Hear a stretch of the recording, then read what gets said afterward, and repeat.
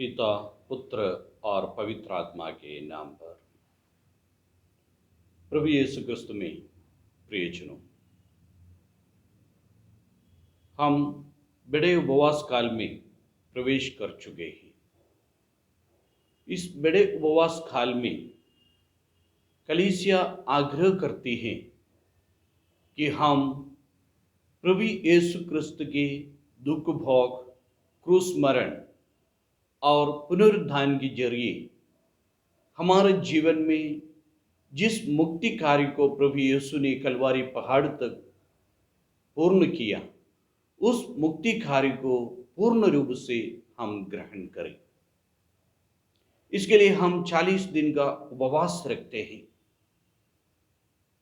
हर साल इस बड़े उपवास काल हम पश्चाताप और प्रायश्चित के जरिए ईश्वर के नजदीक जाने की कोशिश हम करते रहते हैं। इस साल भी इस कोरोना महामारी के बीच में भी हम अपने आप को प्रभु की उपस्थिति में विनम्र बनाकर उपवास काल में हमारे सारे पापों के लिए प्रायश्चित करने का इच्छा के साथ उपवास हम रखते हैं, परहेज करते हैं। लेकिन प्रभु चाहते हैं हम इस उपवास काल में हम दिल से आग्रह करते हुए इसका मतलब को जाने और उसके जरिए हम पूर्ण रूप से मुक्ति को ग्रहण करने के लिए कोशिश करें। संत पौलुस एफेसियों के नाम पत्र में हमें बताते हैं, अध्याय 4 अनुवाद के 17 से लेकर 19 तक वचन में इस प्रकार हम पढ़ते हैं, मैं आप लोगों से ये कहता हूं और प्रभु के नाम पर अनुरोध करता हूं कि आप अब गैर यहूदियों जैसा आचरण नहीं करें, जो बेकार की बातों की चिंता करते हैं। उनकी बुद्धि पर अंधकार छाया हुआ है। वे अपने अज्ञान और हृदय की कठोरता के कारण ईश्वरीय जीवन से बहिष्कृत हो गए हैं। वे नैतिक बोध से शून्य होकर लंबड़ता के वशीभूत हो गए हैं और उनमें हर प्रकार के अशुद्ध कर्म की लालसा निवास करती है। इसमें दो महत्वपूर्ण बातें हैं। जो गैर यहूदी लोग जो भड़क गए हैं, ईश्वर से राह से भड़क गए हैं, उसका कारण प्रभु बताते हैं संत पौलुस के मुख से, अपने अज्ञान और हृदय की कठोरता के कारण ईश्वरीय जीवन से बहिष्कृत हो गए हैं। हमारे जीवन में भी ईश्वर से दूर होने का कारण यह है अज्ञान और हृदय की कठोरता। हम नहीं जानते हैं हमारे लिए प्रभु यीशु मसीह कितना दुख भोगा और उसके जरिए हमें पुनः ईश्वर के पुत्र पुत्रियां बनाया। इसके बारे में हम पूर्ण रूप से नहीं जानते हैं और ये भी नहीं जानते हैं कलीसिया के अंग होने के नाते मुझे किस प्रकार जीवन में आगे बढ़ना, ये भी पूर्ण रूप से हम नहीं जानते हैं या जानने की कोशिश नहीं करते हैं। उसके चलते हमारा हृदय कठोर बन जाते हैं, हम पाप के राह पर आगे बढ़ते हैं, ईश्वर की मुक्ति से दूर हो जाते हैं। इसलिए इस उपवास काल में हमें सबसे पहले जानना है इस उपवास काल का मतलब हमारे लिए क्या है, जानना है। इस उपवास काल के जरिए कलीसिया हमसे चाहती है, क्या चाहती है उसको जानना है।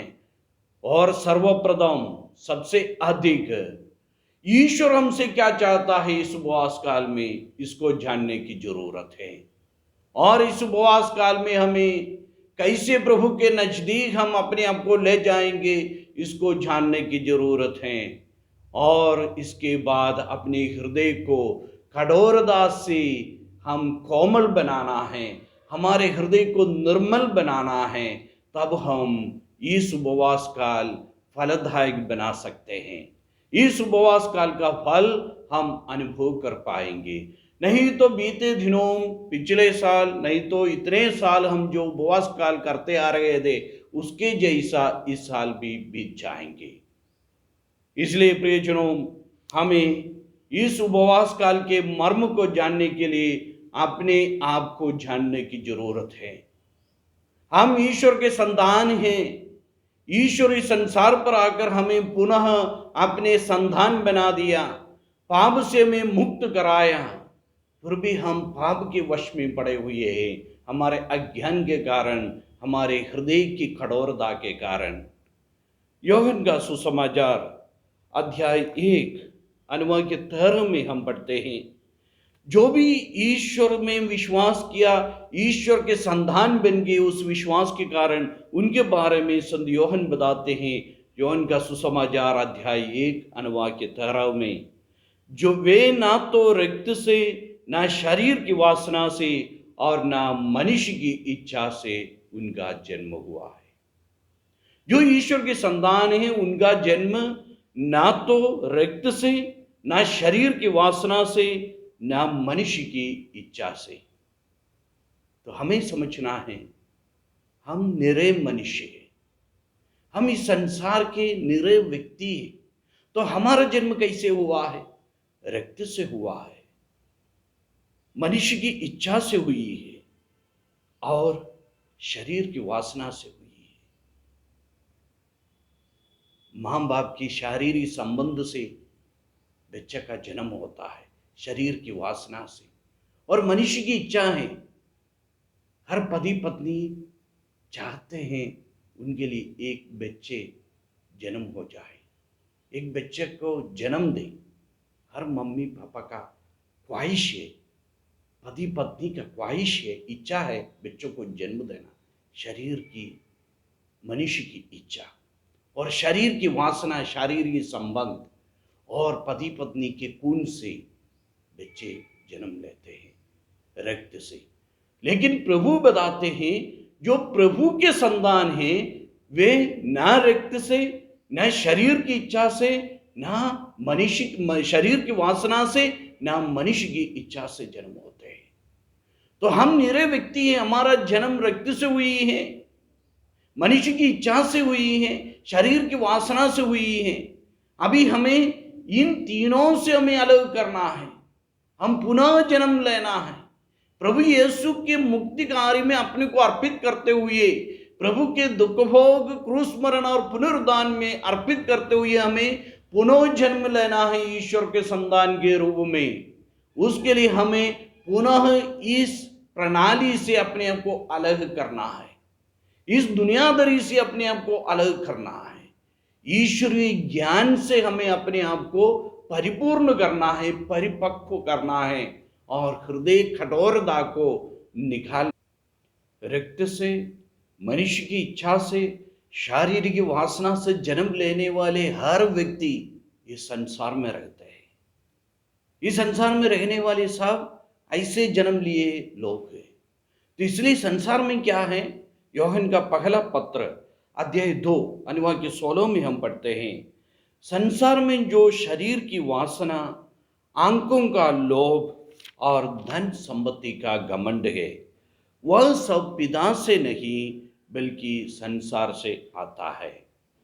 संसार और उसकी वासना समाप्त हो रही है, किंतु जो ईश्वर की इच्छा पूरी करता है वह युगों युगों तक बना रहता है। संत यूहन्ना बताते हैं, आप लोग इस संसार में जन्म लिए हैं, शरीर की वासना से, मनुष्य की इच्छा से, रक्त से आप लोग जन्म लिए हैं। इसलिए संसार में शरीर की वासना, आंखों का लोभ और धन संपत्ति का घमंड है। इन चीजों से आप लोगों को मुक्ति पाने की जरूरत है। उसके लिए प्रभु यीशु मसीह ने संसार पर आया। प्रभु यीशु मसीह ने 40 दिन और रात उपवास करते हुए हमें सिखाया हम कैसे इस दुनियादारी से अलग हो जाएंगे। अंगों का लोभ से, संसार की वासना से, धन संपत्ति के घमंड से हम कैसे अपने आप को अलग कर पाएंगे, संत यूहन्ना हमें बताते हैं। और संत यूहन्ना इसलिए हमें बताएं, इन चीजों से हमें अलग होने की जरूरत है। उसके लिए प्रभु यीशु मसीह ने हमें बताते हैं, हम कैसे इसमें से अपने आप को अलग हो जाएंगे। संत मत्ती के सुसमाचार अध्याय 4 में हम देखते हैं प्रभु यीशु मसीह 40 दिन और रात उपवास किया। इसके बाद तुरंत बाद उन्हें भूख लगी, तब परीक्षक उनके पास दौड़ आया, शैतान उनके पास दौड़ आया, उनकी परीक्षा ली। 40 दिन और रात ईश्वर के साथ जुड़े रहे।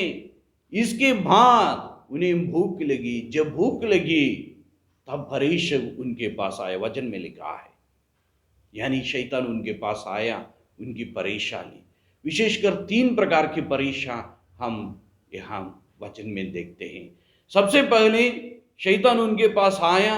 शैतान को पता था उन्हें भूख लग रही है, उन्हें भूख लग रहे हैं, इसलिए शैतान उनसे कहा, प्रभु यीशु से कहा, यदि आप ईश्वर के पुत्र हैं तो कह दीजिए ये पत्थर रोटियां बन जाए। देखिए कितना चालू है शैतान। जो व्यक्ति भूखे हैं उसके पास आकर कहते हैं इन पत्थरों को जल्दी रोटी बनाइए और खाइए, तुम तृप्त हो जाइए। यहां क्या है? शरीर की वासना, शरीर की वासना है भूख। उस भूख को मिटाने के लिए शैतान उन्हें प्रेरणा दे रहे हैं, शरीर की वासना को तृप्त कर लीजिए। प्रभु यीशु को बताते हैं इन पत्थरों को रोटी बनाइए, खाइए, भूख मिटाइए। प्रभु यीशु ने कहा, मनुष्य रोटी से ही नहीं जीता है, ईश्वर के मुख से निकलने वाले हर एक शब्द से जीता है, हर एक वचन से जीता है। प्रभु शरीर की वासना के अधीन नहीं हुआ, शरीर की वासना के अधीन नहीं बन गए, शरीर की वासना से अतीत हो गए, शरीर की वासना से ऊपर अपने आप को बना दिया। 40 दिन उपवास करने के बाद जो शक्ति मिली उस शक्ति के आधार पर। और इसके बाद क्या हुआ? शैतान उन्हें पवित्र नगर ले जाकर मंदिर के शिखर पर खड़ा कर दिया और उनसे कहा, यदि आप ईश्वर के पुत्र हैं तो नीचे कूद जाइए, क्योंकि वचन में लिखा है यदि कूद जाएंगे तो स्वर्गदूत आकर अपने हाथों में तुम्हें संभालेगा, तुम्हारे पैरों को पत्थर से चोट नहीं लगेगा, देवदूत तुम्हें संभालेगा। शैतान क्या बताया? कूद जाइए, स्वर्गदूत तुम्हें संभालेगा, लोग देखेगा, लोग वाह वाह कहेंगे, आश्चर्यचकित हो जाएंगे, तुमको अपने राजा के रूप में स्वीकार करोगे, तुमको स्वीकार करेंगे और तुम्हारा जयकार करेंगे। लोगों के सामने तुम अधिशक्तिशाली एक महत्ववान व्यक्ति बन जाएगा। धन संपत्ति का घमंड। दूसरी परीक्षा है धन संपत्ति का घमंड, लोगों के सामने अपने आप को घटा दिखाना, ये धन संपत्ति का घमंड। लोगों के सामने बड़ा करवाने के लिए जो भी करना वो करने का इच्छा, उसको तृप्त करने के लिए शैतान बता रहे हैं धन संपत्ति का घमंड। लेकिन प्रभु ने वहां पर भी शैतान को पराजित किया। प्रभु ने कहा, अपने प्रभु ईश्वर की परीक्षा मत लो, ईश्वर की परीक्षा मत लो। इसके बाद क्या किया शैतान? शैतान उन्हें एक अत्यंत ऊंचे पहाड़ पर ले गया और संसार के सभी राज्य और उसका वैभव दिखलाया। इसके बाद प्रभु से कहा, यदि तुम दंडवत कर मेरी आराधना करोगे तो मैं तुम्हें यह सब कुछ दूंगा। शैतान प्रभु को बता रहे हैं इस दुनिया के अधिपति हैं, इस दुनिया के शासक हैं, इस दुनिया के सृष्टिकर्ता हैं, उसको एक ऊंचे पर्वत पर ले जाकर इस राज्य और उसके सारे वैभव को दिखलाकर उनसे कह रहे हैं दंडवत कर मेरी आराधना करो। शैतान झूठ बोल रहे हैं प्रभु को, यह सब मेरा है, मैं तुम्हें दूंगा। यह सब जिनका है उनको बोल रहे हैं यह सब मेरा है, मैं तुम्हें दूंगा, मेरी आराधना करो। स्पष्ट शब्द से प्रभु ने उन्हें बताया, हट जा शैतान। यहां क्या है? आंखों का लोभ, सब कुछ दिखाया और बता रहे हैं मेरी आराधना करो, मैं दूंगा। झूठ और झूठ का पिता शैतान वह बता रहे हैं। इन तीन परीक्षा प्रभु को क्यों सामना करना पड़ा, किस लिए वचन में ये तीन परीक्षाओं को लिखा है। इसके बाद भी हम देखते हैं कई बार भिन्न भिन्न प्रकार की परीक्षाओं का सामना करना पड़ा प्रभु यीशु को, लेकिन यहां पर इन तीन परीक्षाओं के बारे में क्यों लिखा है? क्योंकि प्रभु हमें बताते हैं इस संसार में रहते हुए ये सांसारिकता है, आंखों का लोभ, धन संपत्ति की घमंड, शरीर की वासना, इन तीनों के जरिए तुम्हारे जीवन में पाप आते हैं। इन तीनों के जरिए आदि में ही संसार में पाप आई हैं, इसलिए इन तीनों को तुम्हारे वश में रखने की जरूरत है, तभी तुम मुक्ति के राह पर आ जाएंगे। उत्पत्ति ग्रंथ में हम देखते हैं, उत्पत्ति ग्रंथ में अध्याय 3, हमारे आदि माता पिता ने किस प्रकार अपने ये ईश्वरीय महत्व गवा दिए शैतान के सामने, उस घटना को हम अध्याय 3 में हम देखते हैं। अध्याय 3 में शैतान सांप के रूप में आ गए और हवा से पूछती है, क्या सचमुच प्रभु ने तुम्हें किसी प्रकार के कोई भी फल खाने में मना किया है या नहीं? हवा उत्तर देती है, हम सब कुछ खा सकते हैं, हाँ, लेकिन इस बगीचे के बीचों बीच जो वृक्ष है उसका फल खाने को मना किया है, इतना ही नहीं उसका स्पर्श तक नहीं करना है, प्रभु ने हमें बताया है। तब शैतान बताते हैं, जो झूठ और झूठ का पिता बताते हैं, ऐसा नहीं, इसको खाने से भला और बुरा का ज्ञान तुम्हें मिलेगी और तुम ईश्वर के सदृश बन जाएगी, इसलिए ईश्वर ने तुम्हें मना किया है, इसलिए तुरंत उस फल को तोड़ो और खाओ। झूठ और झूठ का पिता, जिसने प्रभु यीशु मसीह को संसार और उसका सारा वैभव दिखलाकर कहा यह सब मेरा है, ये तुम्हें दूंगा, वही बताते हैं, वही चालू, वही शैतान हवा को भड़काया। हवा ने देखा, अभी वचन में लिख रहे अध्याय 3 अनुवाद 6 में स्पष्ट लिखा है, अब स्त्री को लगा कि उस वृक्ष का फल स्वादिष्ट है, स्वादिष्ट है, शरीर की वासना, जो स्वादिष्ट है उसको स्वीकार करने की इच्छा स्वादिष्ट है, वह देखने में सुंदर है, आंखों का लोभ, और उसके जरिए ज्ञान प्राप्त होता है, धन संपत्ति का घमंड। आदि बाप भी इसी प्रकार इस संसार में आए, इसलिए प्रभु यीशु ने आज हमें सिखा रहे हैं, इन शैतान के जरिए परीक्षा में पड़ते हुए प्रभु यीशु ने हमें बता रहे हैं, सिखा रहे हैं, इन तीनों के ऊपर, संसार के ऊपर हम कैसे विजय पा सकते हैं, कैसे हमें विजय पाना है। शरीर की वासना, आंखों का लोभ और धन संपत्ति का घमंड। इस उपवास काल में हमें इस ज्ञान को अर्जित करना है। हमारे जीवन में शरीर की वासनाएं हैं, जो भी अच्छा दिखते हैं, जो भी शारीरिक, जो भी सांसारिकता है, उसको स्वीकार करने की इच्छा है, इसको त्यागने की जरूरत है, इसको नष्ट करने की जरूरत है हमारे जीवन से। जो आंखों का लोभ है, जो भी दिखाई देता है, सबके पीछे भागने की, दिखाई तो सब कुछ देते हैं लेकिन देखना नहीं है, दिखाई देगा, देखना नहीं है। प्रभु हमें बताते हैं सब कुछ तुम्हारे अनुरूप नहीं है, तुम्हारे अनुकूल नहीं है, तुम्हारे लिए नहीं है, इसलिए सबों के पीछे मत भागो और सबों के सामने अपने आप को बढ़ा दिखाने की जरूरत नहीं है। घमंड को परास्त करना है। तीन चीजों के जरिए, इन संसारिकता के जरिए तुम्हारे जीवन में भी पाप आते हैं, इस पाप को नष्ट करने की जरूरत है। इसलिए तुम्हें सबसे पहले कैसे तुम्हारे जीवन में पाप आ रहे हैं, इस ज्ञान को अर्जित करना है। अज्ञान के कारण और हृदय कठोरता के कारण पाप आ चुके हैं, संत पौलुस ने हमें समझाया सबसे पहले। इसलिए इस अज्ञान को हम दूर करें। हमारे जीवन इस संसार में रहते हुए इस संसार के वशीभूत में है। संसार में तीन चीजें हैं, शरीर की वासना, अंगों का लोभ और धन संपत्ति का घमंड।